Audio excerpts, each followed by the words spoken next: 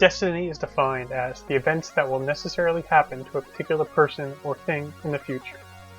Much can be made of names in Bungie's games, and the names of those characters inside of the game.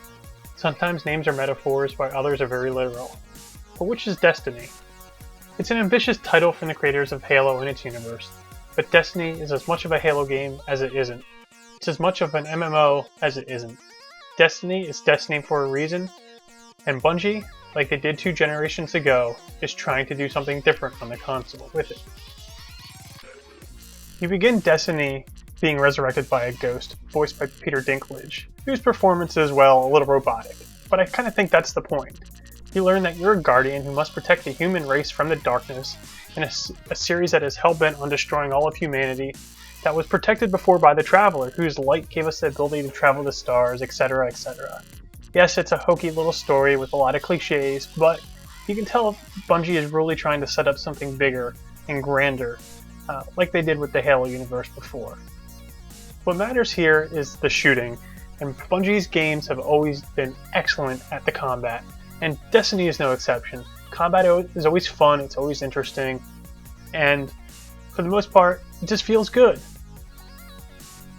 You'll be shooting things as one of 3 character classes in Destiny, the Titan, the Hunter, and the Warlock, with each containing 2 subclasses for now. You'll choose and need to level each one up to 15 to access those subclasses, but it doesn't really matter in the grander scheme of things, because every class can access every weapon type and can, for the most part, use every item that's available, though there are some class-specific ones. Destiny, at its core, is about looting and shooting. You'll gain experience from killing enemies, completing quests, finding chests with stuff in it. You'll gain items, you'll sell items, you'll find new items, and you'll, look for the better loot. That's what it's all about. And you'll also customize your character. You want to show it off.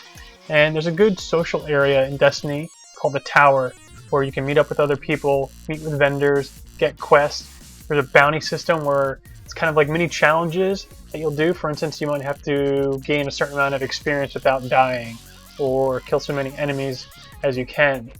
It's pretty cool, and it keeps things interesting, and because the missions don't really take all that long, I'm going to estimate there's maybe 20 missions throughout the whole game. This is a good way to kind of keep things moving along and give you something to shoot for while you're looting and shooting. All this means the game's pretty loosely structured, and there is a campaign, there's a story, and there's cutscenes, but you can kind of mix and match where you go, choose side quests at any time, join up with friends and play co-op at any time, or go into the competitive multiplayer as well once you hit the levels and the requirements for each of those things. All in all, it's a little bit different than what you're used to with a Bungie game where you're guided kind of with horse blinders on, more or less, down a path and told a story with in-your-face kind of things. This is more a little about discovery for you and your character and learning about the world around you and kind of what's going on in the universe. In terms of co-op, I'm going to say there's 3 big things to do. The first is just joining up and completing missions together. There's these patrol missions on each of the planets available where you kind of complete these little random side quests and earn experience, and that's fun. You can team up with 2 other folks and do those. There's also the strike missions, and strike missions are basically an instance dungeon within a mission in itself. These are a little bit harder, they're longer, the boss battles can be frustrating at times because they're a little bit like a bullet sponge, or you have to kind of learn the pattern and stuff like that. Really, the level requirements that they show are kind of baseline. You really want to make sure that you have really good gear, and you're definitely at the upper end of that level requirement for those strike missions to be fun. Once you reach a certain level, you'll actually be able to unlock a playlist, and you'll be able to go back and redo those strike missions with some randomness assigned to it and higher difficulties, which of course gets you better rewards. The final thing you can do that's just been added is raids, and there's one raid right now called the Vault of Glass, and it seems pretty intense. We won't go too much into it, but for those, you actually need 6 players to complete and a lot of time on your hands. So there's a lot of co-op to be had in Destiny. You definitely need to work together in all of the modes of play.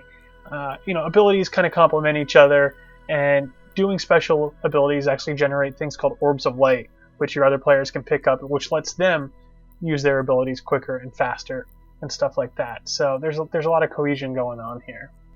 There are some downsides though, namely the UI is a little misrepresented, doesn't show enough information, and as beautiful as it is, There's a lot under the hood going on with Destiny, and it's interesting because to get the full experience, you actually need to use the website or the app to see everything that's going on, whether it's the Grimoire cards or see what's going on with your clan, or kind of get a bigger picture of everything that's going on within the world of Destiny itself. And while there's built-in matchmaking for the strike missions themselves, there isn't for the raids, and there isn't just for general missions, and that can be a problem. And the in-game method of kind of joining up, where you just kind of see random people in passing, it's kind of kludgy. It doesn't necessarily work so well. So if you don't have co-op partners lined up, you might become a little frustrated. And Destiny, honestly, it's just not as fun by yourself.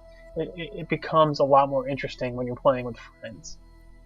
You may have heard that Destiny begins at level 20, which should take you a good 10 hours to achieve. And for the most part, this is true, but why grind through 20 levels just to get to the meat of a game? I think Bungie wanted to set the tone for the scale of their series. Remember, this is only the first game in a series of games. It's the first piece of content before we even see at least 2 planned pieces of premium DLC to expand the story. So what is Destiny? I think Destiny isn't just a game, but a platform. While you can judge it at any point in time, the platform is going to evolve and change so rapidly that a year from now, Destiny could be something completely different. There's already hints we'll see space combat and different style missions and deeper social connections. Destiny is the groundwork for the future. It's a groundwork for the events that will likely happen to you and your friends in a grand universe, not on launch day, not the week after launch or months after, but years after you first experience your Destiny.